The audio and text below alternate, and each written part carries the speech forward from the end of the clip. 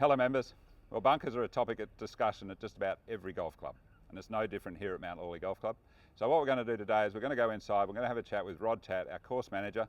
We're going to talk about the bunkers here at Mount Lawley, particularly post the greens replacement program. The fescue edges, I know everybody's asking about those. We'll also talk about the bunker rakes, which we're trialling, and what you can do to help our course staff maintain the bunkers and keep them in pristine condition. Let's go inside. Hello members, thanks Troy.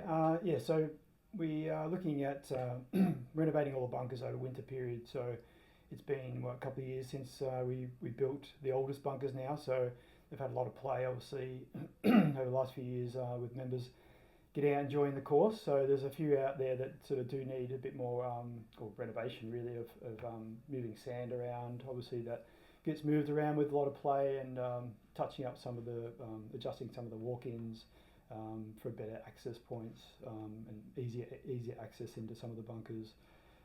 Mike Cocking did a full audit here when he was here last, so we've gone through that and targeted really the areas where we think it's a little bit steep to walk in, so we've adjusted some of those walk-ins, as you'll see out there with some of the turfing recently.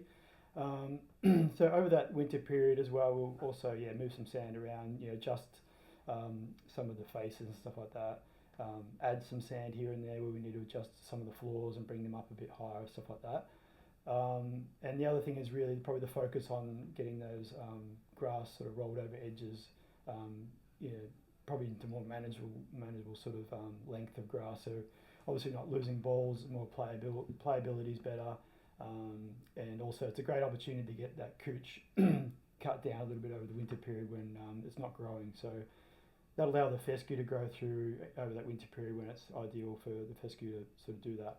So the reasons why we haven't really gone too hard at that in summer is basically because if we do cut it down too short, we'll lose that fescue in the heat. So it's a better time to do it through the middle of the year. So that's really the focus over the winter, and leading into the championships and the tournament as well. So. Yep. And then the other thing we're going to have a look at when we go out onto the course in a minute is bunker rakes. Another topic of discussion. We've been trialling a few different bunker rakes. We'll demonstrate while we're out there, but what's the purpose behind that? Well, we're just trying to find an ideal rake for the members, really. So we see there's a lot of inconsistency in bunker raking out in the golf course, and all the members would see. Some people do it well, some people really struggle with understanding how to use the rake, and the rake has got a teeth side and a smooth side. So obviously there's two ways to use the rake. So you use the smooth side on the faces and to push some sand around the floor, and then you use the teeth side to rake the floor only and not the face. So we find a lot of times members are raking the face with the teeth, and of course that just softens the face of the wall of the bunker, and then balls will plug in that area, and you don't want your ball hanging up on the face trying to play a shot with a plug lie. So we've gone to a smoother rake to see whether that would help that instance where you sort of take the teeth out of it and really just smoothing the floor and smoothing the face, so there's no teeth. And that's actually worked really well, and also it doesn't allow members to pull the sand too much back to the exit point. So we find a lot of people rake backwards all the time instead of pushing the sand forward, and then it creates a lot of holes where the general play is close to the green. So the staff have to spend a lot of time pushing that sand back to where it should be. The bunkers get all out of whack in terms of the floors, but the teeth is the main issue. That's why I went to the smooth rake to see if it would help in that instance, and also help members sort of understand that they're just smoothing the bunker out, for the next player to come through. This is not teeth marks and poorly raked marks, and obviously footprints as well. So bear with us. We're still in that trial phase of that. We're also going to trial another rake as well, which is a timber rake with shorter teeth. So we want to make sure we get the right rake, and it may be that we have a different rake out there for some bunkers. So there's that as well. So we're working hard with the Greens Committee over the next few months to rectify or to find the right rake for Mount Lawley. So. All right. Thanks, Dave. Well, such a nice day outside. Let's head outside. We'll take you on course and we'll go have a look at a few of the bunkers that we're working on, and we might get Rod to demonstrate with one of those rakes how to best use it. Yeah. All right, we're out here on the right-hand side, greenside bunker on Bunker Hill. Rod, what work have we got happening on this bunker? That's right. This is a typical walk-in that we've adjusted, or we have been doing a few around the course. So this is kind of the work we've been doing, lowering the walk-in, taking the turf off, lowering the sand, and actually making the walk-in a little easier, a little less steep than it was. So you can see the turf job there that the guys have done over the last week or so. So that's typically what we've been doing around the course. So there's probably about half a dozen of these that we're going to be addressing over the next few weeks. So it's just allowing better access. Now I notice we've got them barriered off, but I also notice it appears that maybe somebody's tried to access the bunker through that work. Yeah, I mean, you see the footprint here, and this is what we kind of deal with on an ongoing basis, and it's very frustrating for the staff when they've spent a lot of time just doing this work, and then and it's all hooped off and barricaded off, so you can walk in at another point, and then someone's walked straight down the new turf and created a massive footprint which has to be repaired. So we hope that members would obviously see the hoops and walk around the hoops or the ropes and enter in a better location. Just help us out, try and grow this turf in and get them back in play quick as possible. So yeah, 100% Rod. I think we've just got to reiterate to members, please help our course staff. They're really doing a great job on preparing the course. It's also up to you to help out. So if you see some work, be very cautious about where you enter and exit the bunkers. Obviously there's many points you can enter, use the safest point, but please do not walk through those work areas. All right Rod, you're holding two rakes. The purpose, these look slightly different. Do you want to explain these two rakes and how they're used properly? Well, the rake with the teeth is what we've been using for a number of years here at Mount Lawley. So it's got the smooth back and then the teeth, obviously. So it's been used in the bunkers for a number of years with pretty good success, but we find that members will incorrectly use the rake on the faces. So they actually, what we're supposed to do is use the smooth side on the face. So we're actually smoothing the face so the face stays as firm as possible, the ball rolls off and back to the floor and where you want to play your shots from. A lot of cases we find members are actually raking the face, so it makes the face really soft when you do that with the teeth. It also gets them out of shape. So we want to use the teeth on the floor only, so just to rake out your footprints. And because it pulls so much sand, this rake, you can see that, all this sand, if it gets raked back to the exit point, all that sand will go back, and over time at the exit points the sand will get higher and higher and higher, and there'll be holes where all the shots are played from.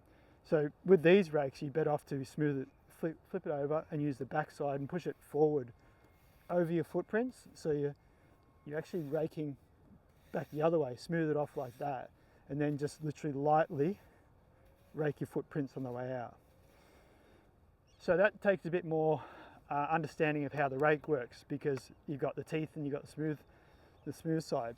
And we found that on a lot of the highly played bunkers like Bunker Hill here, the front of Commonwealth bunker where it gets a lot of use, the rake with the teeth, the bunkers get out of shape really quickly, and I'm talking within a week or two we have to be back in here moving sand back to where it was, where it should be, and it's taken the staff a lot of time to do that. The tee times, the way they are, high pressure on the time sheet, there's not a lot of time to do that in front of play.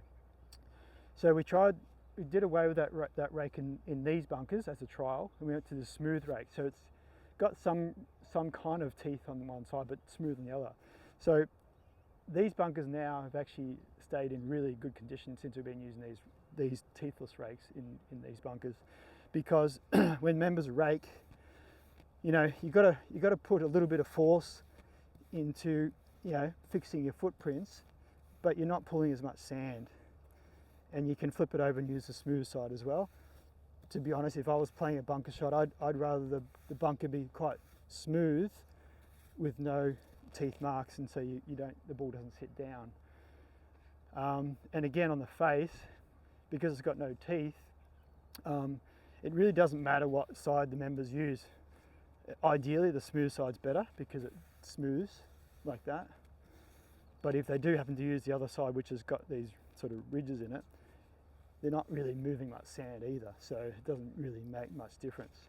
So that's the difference between the two rakes, and that's why we've been trialling this rake, because we find that it's not moving as much sand around in the bunker. The bunkers are staying much more uniform in terms of flatness, and to be honest, it should be an easier shot to play without having teeth marks and poorly raked marks to play out of. So we are getting another rake, a timber rake with small teeth, so we're going to try that one as well. We just want to make sure that we get the right rake for Mount Lawley, and once and for all we kind of settle for one rake and go with that. So yeah, a little bit of time to go, but we hope to get there over the winter period.